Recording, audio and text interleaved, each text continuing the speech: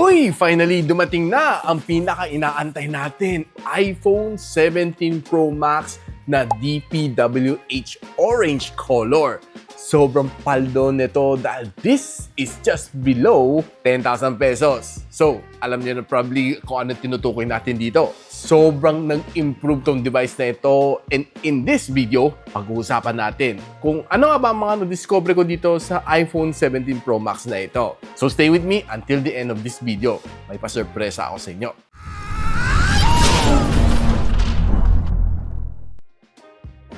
Now, before we continue this video, just a quick word of disclaimer. This is a iPhone 16 Pro Max na master copy. So, I am in no way promoting this phone. Dahil this one, nabili ko to sa Facebook Marketplace for just below 10,000 pesos. I think nasa 9,990. Pero comparing sa mga predecessor niya na mga iPhone 16 Pro Max, malaki ang nilundag nitong phone na ito. Now, of course, let's start with a quick unboxing. So, kita naman natin yung box niya, no? Halos kamukha nung tunay. Hindi mo siya masuspat talaga, no? Except that dito, mapapansin mo, halos walang sinulat dito. Pero sa tunay na iPhone 17 Pro Max, maraming nakasulat. Pero hindi natin i-compare itong iPhone 17 Pro Max na master copy and yung tunay na iPhone 17 Pro Max. I'll be doing that on a separate video. And meron akong share sa inyo good news, guys, towards the end of this video. So, sobrang excited ko, pinilas ko na rin siya, no? So, right now, buksan na natin. Uy! iPhone 17 Pro Max. Tanggalin muna natin. So, ganito itsura ng kanyang cable, ng kanyang charging pin, and meron pa siyang pa-manual na, well, dapat wala. Kasi sa tunay na iPhone 17 Pro Max, walang ganito. Buti pa ang peke, may manual. And of course, pareho silang walang charger. And since wala siyang charger, so I'll recommend you to buy a Ugreen na charger. Itong mga GAN charger ni Ugreen is really good. 65 watts na siya, and meron pa siyang tatlong port dito, so you can charge 3 devices all at the same time. Dalawang C-port, isang A-port. More details on the link on the description. Now, para sa aking favorite thing to do on the iPhone is pilasin itong kanyang papel. Looks good, premium, and well, honestly, it's hard to determine na peke nga siya, no? Unless na you pay real attention, talagang mapapansin mo siya. Isa sa pinaka-obvious para sa akin, pag marunong ka tumingin, is yung LED flash. Ibang-iba siya from the real iPhone 17 Pro Max. The rest, mahirap ma-determine. Now, pagdating sa aesthetics, well, honestly, I could hardly say anything about it kasi talagang mukhang iPhone 17 Pro Max eh. It shows na yung kanyang colors really looking the same. And yung feel niya is almost the same. Halos wala akong masabi. Except, of course, this is supposed to be plastic frames kasi medyo feeling ko mas maganda siya konti kaysa the real iPhone 17 Pro Max. Pero yung kanyang camera bump, honestly, it looks almost like the real deal. Pati kanyang Apple logo dito, galing. Ibang level ng pagkokopya ngayon, no? I wonder kung nag-upgrade din ng mga taga-recto. Pagdating sa kanyang screen, honestly, halos kopyang-kopya. Galing. And once you swipe up, which is sometimes medyo unresponsive, yung mga kanyang icons looks just like the real deal. So right now, pakita ko sa inyo quickly some of the things na napansin ko on this device. Okay, so ang dami natin pwede pag-usapan dito sa device na ito, ang master copy ng iPhone 17 Pro Max. Now, starting off with yung kanyang ringer toggle button, which pag pinindot mo, yan, silent. And pag pinindot mo ulit na matagal, magiging ring siya. Now, that's basically one of yung function niya. And just like the original iPhone, pwede mo rin siyang kalikutin. Now, pwede mong gawin siyang voice memo, flashlight, and the rest is just here. Kakalikutin mo lang. Just a little less lang yung kanyang function. Now, another thing is that this one has dual SIM. Normally, hindi mo makita dual SIM sa isang iPhone, pero dito, pwede mo lagyan ng SIM dito sa harap and isang SIM dito sa likod. Now, mapapansin mo, makakuha ka na ng magandang signal naman dito sa Globe and Smart, and there are times na makikita mo lilitaw ang 5G na signal logo, no? Which is, you'll be really surprised na may 5G nga ba talaga to? Na makita mo na magkakaroon ng 5G logo dito once na naka-mobile data ka. Pero honestly, it's not 5G in any way. Dahil nag-run tayo ng test dito sa Globe and Smart, nakuha lang natin dito LTE. So this is just 4G. Hindi siya 5G, take note. But it's nice na at least nag-e-effort sila, no? Nabigyan ka ng 5G signal dito on this phone. Kahit pa paano nakaka-proud pa rito 5G na logo, di ba? Now, ang tagal ko kinalikot to, no? Just trying to know kung ano nga ba talaga processor nito dahil ang galing nila mag-mask, ginawa nila Apple A18 Pro on across any mga hardware info checker dito, mapa Antutuman or device info, kahit si CPU-Z nadali rin eh. Dito ko nakita kay DevCheck, this is basically a MediaTek MT6753. It's a very old chip na, well, honestly, sobrang luma na niya. I think if tama ako, this was nag-debut to bandang 2017. So, roughly, medyo matagal-tagal na rin tong chip na ito. Meron na rin siya 8 years in history. Pero one thing na nang-improve dito sa kanya is bumilis compare sa iPhone 16 Pro Max na master copy. Mas bumilis ang UI nitong phone na ito. Na makita mo yung kanyang RAMs, ang dinideclare na is 1TB. Actually, yeah, totoo. Sinabi nga niya dito, 1TB eh. Pero yung internal storage niya, iilan pa lang apps na na-installed natin, like Antutu Benchmark and a few apps. Then, taking a few photos, more than half na kinain niya, 571 gig na siya. And if I'm correct, this one should be just around 120 gig if I'm correct. And ang kanyang RAM should be somewhere na sa 2 or 4 gig. Based sa aking experience ha. And ang galing naka-iOS 26 na siya. O ba? Palag-palag. Now, one thing to like naman dito sa kanya is meron siyang App Store dito and medyo nag-effort na sila this time around making it look a little bit like a Apple App Store. Yun nga lang, medyo matagal siya mag-load.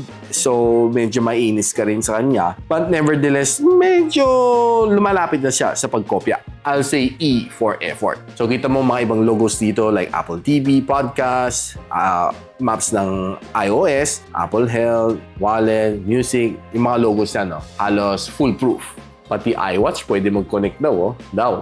And kalikutin lang natin quickly ang kanyang camera button dito. Pag pindot mo siya, well, it works and nag-call out siya ng kanyang camera. It's a little bit sluggish lang. Pag pindot mo, mag-shutter naman siya, walang problema. So, pindutin lang natin, Yeah, it did shutter. Nakakuha siya ng photo dito. And pag nilaro mo siya dito, it scrolls, It scrolls from 1 times. So, pero hindi lang siya sometimes very responsive kasi depende sa touch sensitivity niya. Yan. So, 2 times, 3 times, 4 times, 6 times, 7 times, and 8 times zoom.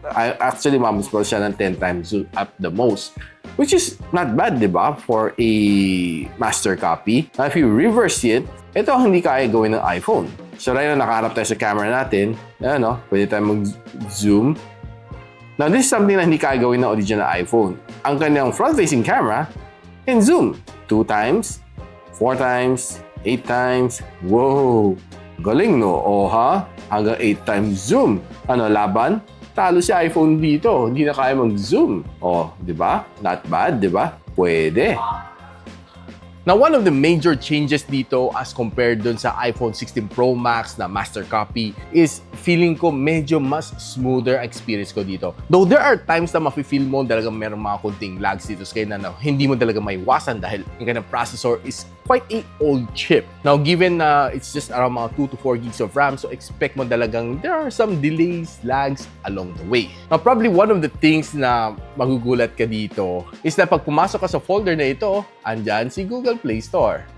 Saan ka makakahanap ng iPhone na may Google Play Store? Guys, it's a legit working na Google Play Store dito on the iPhone 17 Pro Max. So, it's probably one of the other red flags na dapat mong malaman if you're buying this phone. Now, one of the things that I fear para sa inyo is that yung mga hindi masyado mateki. Now, if you go to places like Green Hills, Quiapo, and some other places na medyo notorious selling things like this one, is that bentahan ka ng original price for a fake na device. They can charge you simply 80,000+ for this one, which akala mo tunay, ibagsak lang nila kunti ang presyo to 70,000+, akala mo nakamura ka, mapapamura ka kasi peke ang yung iPhone. Without you knowing, pag hindi ka techie. Kaya nga, ine-educate ko kayo using this video para makaiwas kayo ng mga scam. Just like, well, what I'm telling you. Kung flood control project nga, may mga scam iPhone pa kaya? Walang scam? Now, honestly, if you're watching videos naman on this phone and scrolling on social media, wala namang naging problema dito dahil okay lang naman siya. Hindi naman siya super smooth, pero okay lang naman siya. It can be used pang social media, pang tawag, pang text, wala kang maging problema dito. If you're watching mga videos on YouTube, okay naman siya. Just don't expect na kasing ganda ng isang iPhone. Siguro, I would say na mga 20% 10% lang ng ganda ng iPhone. Just to set your expectations. Now, alam nyo guys, saan perfect ito phone na ito para sa mga social climbers. Now, you can go out together with your friends or business friends or mga prospect na business, labasin yung phone na ito, papansinin ka nila. Bakit? May hawak kang iPhone 17 Pro Max eh. Imagine mo, no? This is definitely for me a status symbol. Nakakaangat to ng confidence, ng moral mo, and probably nakakaangat din ng iyong social status. If you're holding a iPhone 17 Pro Max, huwag na talaga tayo maglokohan dahil ang Android isn't really too much of a status symbol, kahit Samsung pa yan, but this one is definitely a good status symbol. It's just like buying a Starbucks coffee kahit alam mong tuyo lang ang iyong ulam mamaya. Ganon din sa iPhone. Just make sure na huwag ka magpapahuli kasi baka tanongin ang iMessage number mo, pagbigay mo, hindi ka makaka-iMessage dito. Take it from me. Sabihin mo, Viber na lang. Safe ka doon. Now, pagdating sa kanyang camera performance, I'm not quite sure kung ano mga lenses na meron niya dito, but definitely it's a step up from last year. Pati ang kanyang front-facing camera was a bit of a step up. Check lang natin yung mga samples. Now, one thing na napansin ko dito sa master copy nitong iPhone 17 Pro Max is gumanda ang kanyang camera. That's for sure. Kasi I was able to review 14, 15, 16 Pro Max na master copy, and this is by far the best one of them all. Tignan mo guys, so not bad ang kanyang photo. Was able to take some snap dito on outdoor, and I was quite surprised with what I see. Normally, makita mo pixelated, grainy, pero this time around, parang, uy, master copy ba ito? Parang hindi ako naniniwala na master copy ito. Pero, well, with that said, and not bad talaga mga nakuha kong shots, no? And surprisingly that this one can even zoom me all the way up to 8 times zoom. And kaya naman na mag 10 times zoom, pero sobrang grainy na siya. Now, taking some more outdoor shot dito along EDSA, mukhang okay naman mga shots na nakuha natin, no? Legit na not bad. And kung kumukuha ka naman mga shots sa mga plants, surprisingly, nape-preserve naman niya ang kanyang natural colors. There are times na hit and miss din siya, pero most of the time naman, it was able to get me some decent shots naman, kahit paano. And taking some food photography ain't bad. Medyo yellowish lang kasi sa kanyang yellow lighting ng restaurant. But overall, I was able to, well, legitly take some good snaps on indoor din. Napatiting naman sa kanyang selfie camera, medyo gumanda naman sa konti ang quality, pero one thing na napansin ko, no, medyo yellowish ako. Mukha ko parang may hepa, no, pag tinignan. But on some occasion naman, okay naman siya, no? Like this one, mukhang legitly not bad. On some outdoor shots na nakuha natin, mukhang legit na okay siya, okay. And on indoor na meron ako mga soft light dito, mukhang okay din naman siya, no? Right now, I just simply took this shot, mukhang okay naman siya. Let me take a quick sample of video using the front and rear camera. iPhone 17 Pro Max na master copy. Ito video na makikita ninyo. Not bad. Ito naman ang rear camera ng 17 Pro Max na master copy. Well, medyo hindi ganun kaganda. Nakakagulat, di ba? Ngayon, nakakashoot na siya ng 1080 and 30 FPS front and back. Dati sa iPhone 16 Pro Max, 720p lang siya. Now guys, ngayon sasabihin ko na sa inyo yung good news na sinasabi ko kanina. Ipamimigay ko itong phone na ito sa inyo to one lucky viewer. Op. Hindi sa video na ito, I'll be making a comparison between isang tunay na iPhone 17 Pro Max and ang iPhone 17 Pro Max sa Master Copy Edition. Doon natin ipamimigay itong iPhone 17 Pro Max na Master Copy. Hindi ko pwede ipamigay ito kasi gagamitin ng misis ko. Now, na mechanics, sasabihin ko sa inyo on that video, and here are some of the stuff na pwede ko isama together with this device. Isang Wisken na case, which is exactly the same na pwede yung kamitin nyo dito, no? Ganda ng kanyang color, guys. So, just simply look at it. Hindi talaga mahalata na you're using a fake iPhone kasi ang ganda. Tingnan na guys. So, look. Ito yung original case ng Wisken para sa iPhone 17 Pro Max and it fits. And I'll also be giving the winner isang camera cover, no?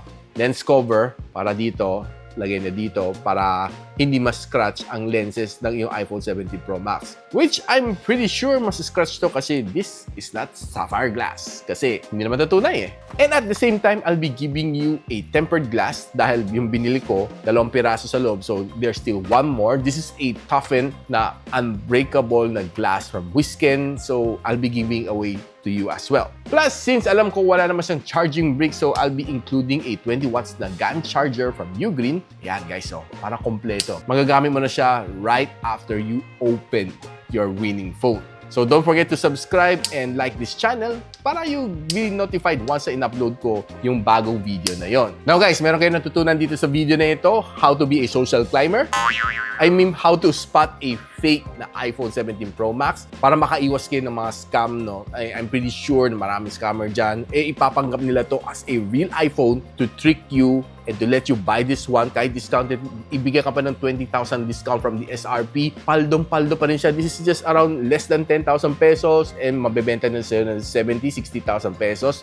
Akala mo nakamura ka, mapapamura ka if you don't really know what you're buying. Kaya nga, this video is really meant to educate you. But if you're really a budgeted na social climber, I think this phone, paldong-paldo para sa'yo. So if you like this video, guys, don't forget to share it to your friends. And of course, don't forget to like, subscribe sa aking channel so you don't miss out good videos just like this one.